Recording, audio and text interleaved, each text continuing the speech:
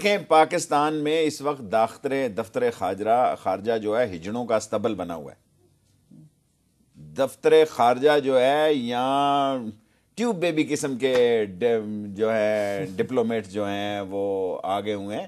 دفتر خارجہ تو خود مردہ دفتر خارجہ ہے. اس میں آپ دیکھیں جو دفتر خارجہ کے افسر بچے جننے کے لیے امریکہ اور لندن لے جاتے ہیں اپنی فیملیز کو، وہ دفتر خارجہ پاکستان قوم کی ترجمانی کرے گا. خوفناک پہلو ہے. قوم زندہ ہے، قوم جاگری ہے، قوم کو دوست اور دشمن کی تمیز ہے. لیکن ہمارا سیاستدان، خواہ وہ پنجاب کا سیاستدان ہے، مرکز کا سیاستدان ہے، وہ سمجھتا ہے شاید انڈیا کو چینی بیچ، اور وقت آنے پہ انہوں نے بھیجی چینی، وہ سمجھتے ہیں جناب انڈیا میں جمہوریت بڑی کمال کی ہے.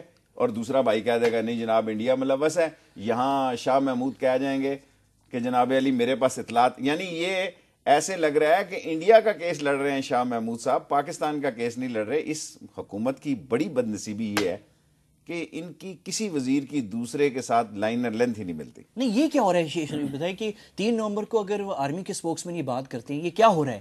مطلب دفتر خارجہ اور آرمی کے اندر یہ کیا گیپ ہے؟ دیکھیں 1.5 مہینے بعد انہوں نے بات کی ہے. اصل مسئلہ یہ ہے کہ اس ملک کے حکمران اپنی پاک فوج کو اپنا دشمن سمجھتے ہیں، امریکن ٹروپس کو اور بلیک واٹر کو اور انڈین ایجنسیز کو اپنا حامی سمجھتے ہیں. یہ ٹرسٹ نہیں کرتے اپنی ملک کی فورسز کی اداروں پہ، اپنے ملک کی ایجنسیوں پہ. یہ ٹرسٹ کرتے ہیں غیر ملکی سیکیورٹی ایجنسیز پہ، غیر ملکی سیکیورٹی آلات پر، غیر ملکی سیکیورٹی اطلاعات پر. اسی لیے کہتے ہیں ہم میڈ ان پاکستان ہے. خاک میڈ ان پاکستان ہے، چیز تمہاری ہے، اولاد بھی تمہاری یہاں نہیں ہے.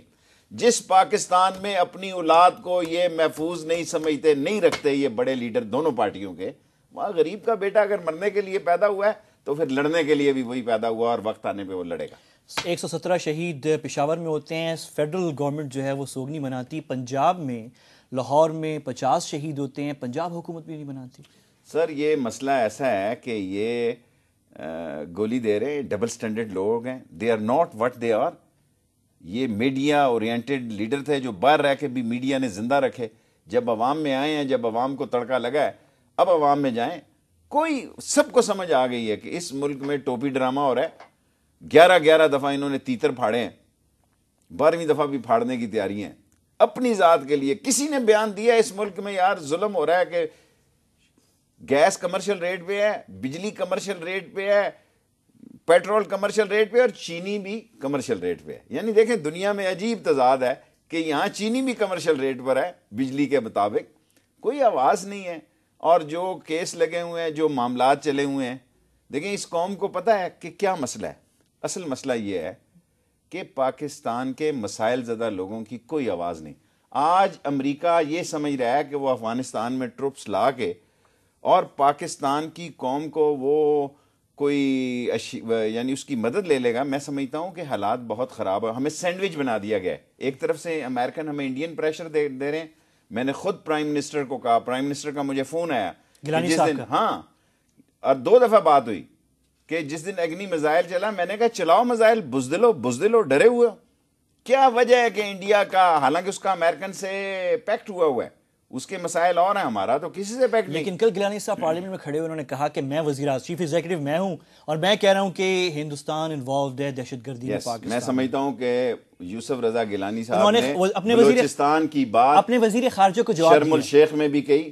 کیا جواب دیا؟ کان سے پکڑ کے باہر نکالیں. یہ نہیں ایک کو پکڑ کے اس چوک میں بٹھا دو، دوسرے کو ہیلتھ سے. کیا لوگوں کو پتہ نہیں تھا جکرانی ہیلتھ میں کیا کر رہا ہے؟ لوٹ مار مچا رہا ہے. دوائیوں کا جتنی جعلی ڈرگ بازار میں بک رہی ہیں، کوئی ہے اس ملک میں جو بیسک نیسیسٹی کی دوائیں ہیں وہ نایاب، اور انڈین مارکیٹ کی جعلی دوائیں. اس ملک میں ہیپیٹائٹس کے ٹیکے جعلی بک رہے ہیں 20-20 ہزار پہ، اور سٹوروں پہ، بڑے سٹوروں پہ بک رہے ہیں. اچھا اور جتنی دوائیاں ہیں جعلی، کوئی پوچھنے والا نہیں. میں سمجھتا ہوں یوسف رضا گیلانی کو، شاہ محمود کو فارغ کرنا چاہیے.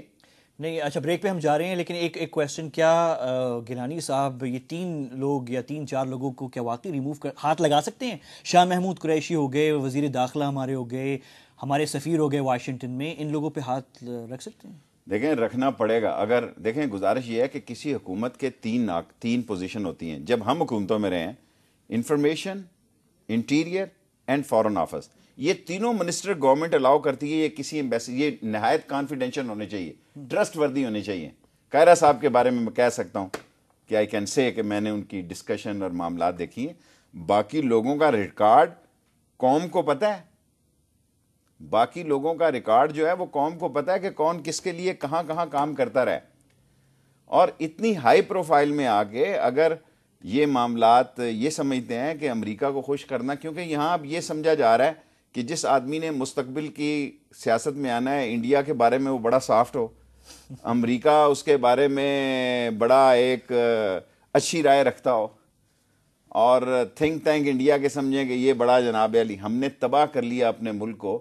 انڈیا، آخری بات مجھے کہنے دیں، ہم نے جب کشمیر کی آزادی کی اخلاقی مدد سے ہاتھ کھینچا تو یہ سارے مجاہد جو ہے وہ ہمارے خلاف ہو گئے اور انڈیا کو کام کرنے کا 2004 میں موقع. اس پہ بات کریں گے. میں یہ بھی پوچھوں گا کہ یہ کیسے ہوا پاکستان میں کہ عراق میں اور افغانستان میں حکومت تبدیل کرنے کے لیے امریکہ کو انویڈ کرنا پڑا. پاکستان میں صرف ڈیل کے تھرو سب کچھ ہو گیا، لیکن یہ اس کا جواب آفٹر دس کوئک بریک.